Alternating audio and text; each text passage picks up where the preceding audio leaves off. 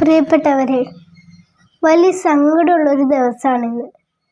ഇന്ന് രാവിലെ ഞങ്ങളുടെ സ്കൂളിൻ്റെ തൊട്ടടുത്തുള്ള സ്കൂളിൽ 8ാം ക്ലാസ്സിൽ പഠിക്കുന്ന മിഥുൻ ചേട്ടൻ നമ്മളെ വിട്ടുപോയി.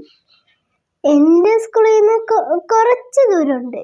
ഇത്തിരി സ്കൂളിൻ്റെ പക്ഷെ തൊട്ടടുത്താണ് അല്ലേ? അതെ, എൻ്റെ സ്കൂളിൻ്റെ തൊട്ടടുത്താണ്. എൻ്റെ സ്കൂള് UP സ്കൂള്, മിഥുൻ ചേട്ടൻ്റെത് തേവലക്കര ബോയ്സ് ഹൈസ്കൂളാണ്. ഞങ്ങൾക്ക് ഇവിടുന്ന് നടന്നു പോകാവുന്ന ദൂരേ ഉള്ളൂ. ഞങ്ങൾക്ക് ഇവിടെ നിന്ന് ആ സ്കൂൾ കാണാൻ പറ്റും. അപ്പോൾ ഇന്ന് രാവിലെ മിഥുൻ ചേട്ടനും കൂട്ടുകാരും കൂടി അവിടെ നിന്ന് കളിക്കുമായിരുന്നു സ്കൂളിൽ വന്നിട്ട്.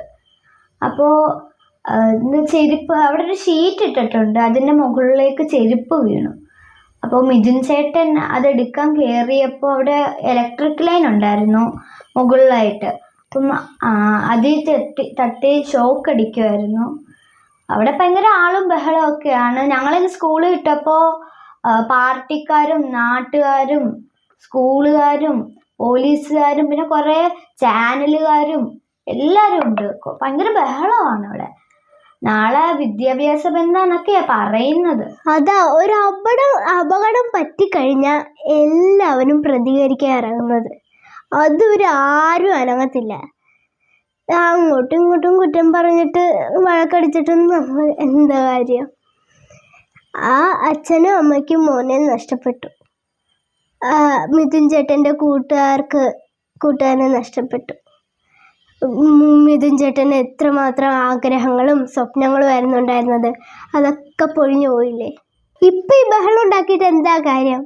ഇപ്പം ഈ ബഹളം ഉണ്ടാകുന്ന ആരെങ്കിലും ഒരാൾ, നിങ്ങളൊക്കെ ഈ വഴി കൂടെ പോകുന്നവരല്ലേ?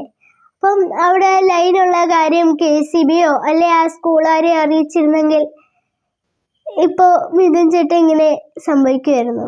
ഇതെല്ലാം കഴിഞ്ഞിട്ട് വരും ബഹളം ഉണ്ടാകാനും പ്രതികരിക്കാനും ചർച്ച ചെയ്യാനും ഒക്കെ. എന്നിട്ട് എന്താ കാര്യം? ഇനിയെങ്കിലും ഇങ്ങനൊന്നും സംഭവിക്കാതിരിക്കട്ടെ.